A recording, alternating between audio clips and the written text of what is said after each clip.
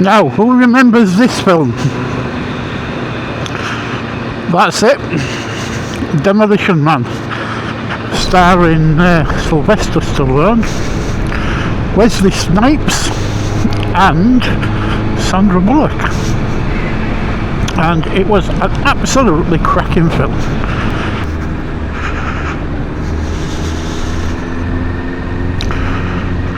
Now the reason I'm showing you these is because I think life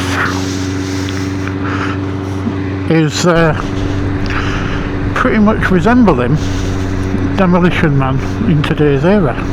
You only have to look at the absolute insanity and there seems to be no sign of intelligent life anywhere that is going on in the world with things like no platforming. You know, universities, because they don't agree with somebody else's opinion, rather than debate that opinion, get the person in, discuss that opinion with them and try and prove your point to the person you know of platforming. Rather than do that, they just literally cancel you. You've got things like people being visited by the police to, are you ready? Check their thinking. Now, I believe that you can think whatever you want. You know, you can think the most disgusting, depraved things if you want to think them. As long as you don't go out and enact something illegal, then I don't see what the problem is. But now we have people, I say people, we have the police visiting people's homes to either arrest them for something they've put on social media, or to, as happened in this case, check their thinking.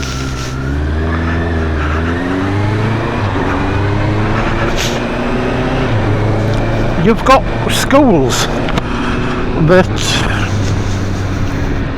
on sports day they don't have winners and losers. Yeah, I mean, this is just insanity.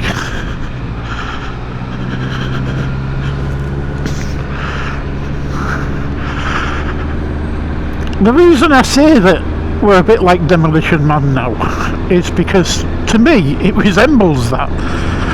Now, you have schools that are telling children on sports days that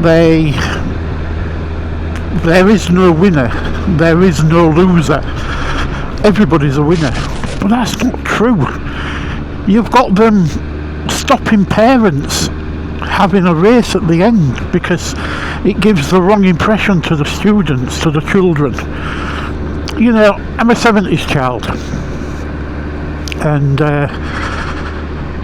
as a kid I was one skinny little runt. I had no meat on me. I was just a little brat. It turns out I'm actually on a spectrum, but we won't go into that. But yeah, we had sports days and we had sports, and you know, I tried my hardest. And for those of you who can remember these, who remembers the Milk Awards? I'm talking in the 70s here. Now, I won a gold in the Milk Awards for the long jump. I could sprint like there was no tomorrow. I wasn't the fastest, but I could sprint, and I could jump, and I beat everybody in my school. I was a second year. Obviously there was 1, 2, 3 and 4th year. I was second year, and I was the school champion for long jump. I played rugby. But he's going to turn right and look for more support. And Logan Moy. Thrilling stuff from Hull FC.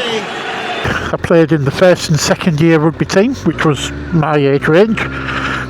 But I also played as a full-back in the third and fourth year rugby team. And we would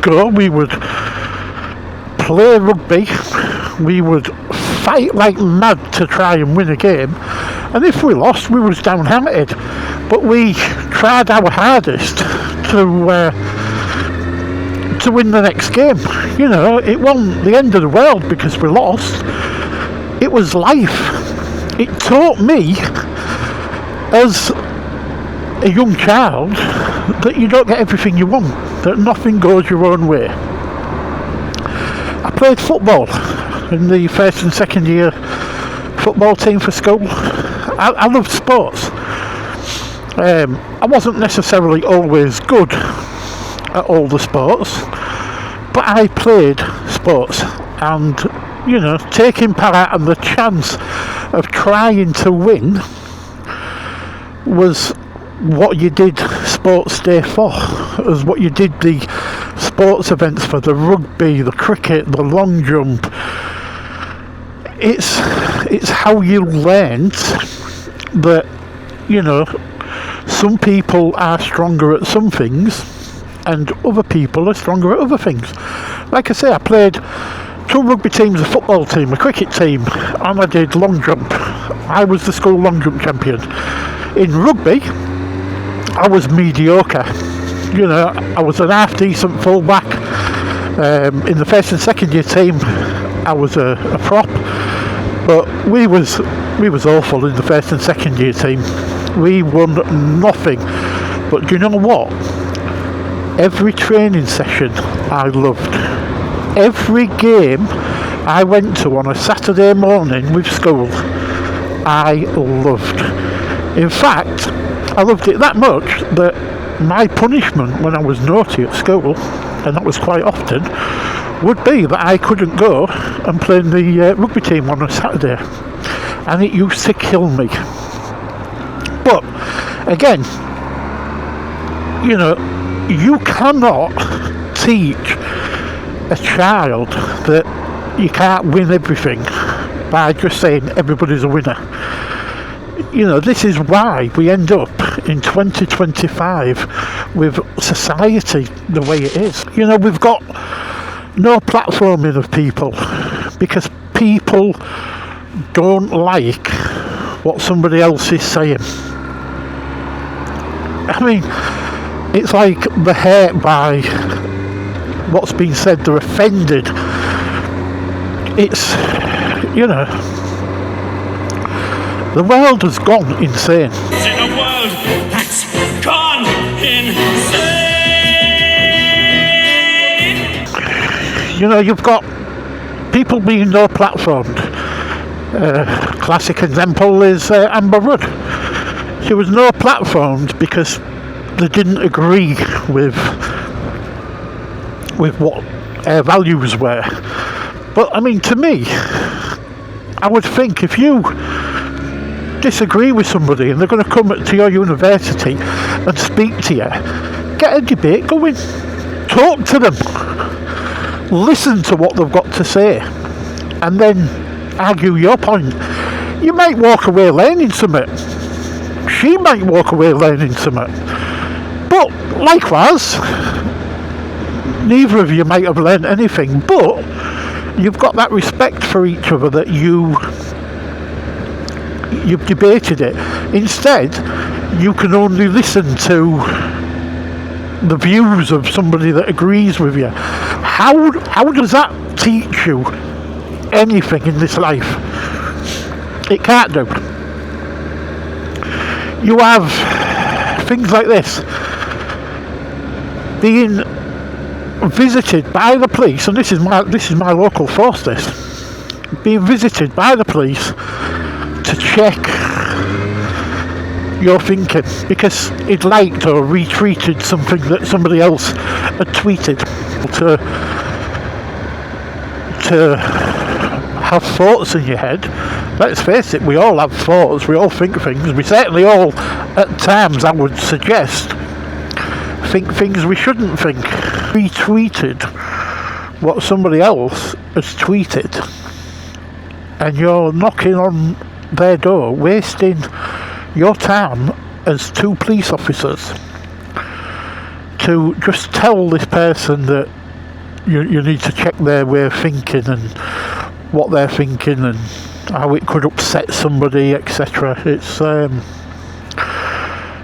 it's Demolition Man world. You know,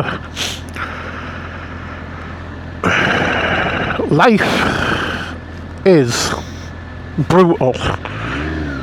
It's not a fairy tale. You know, there's good people, there's bad people, there's nice people, and there's horrible people. And that, I'm afraid, is just a reality of life.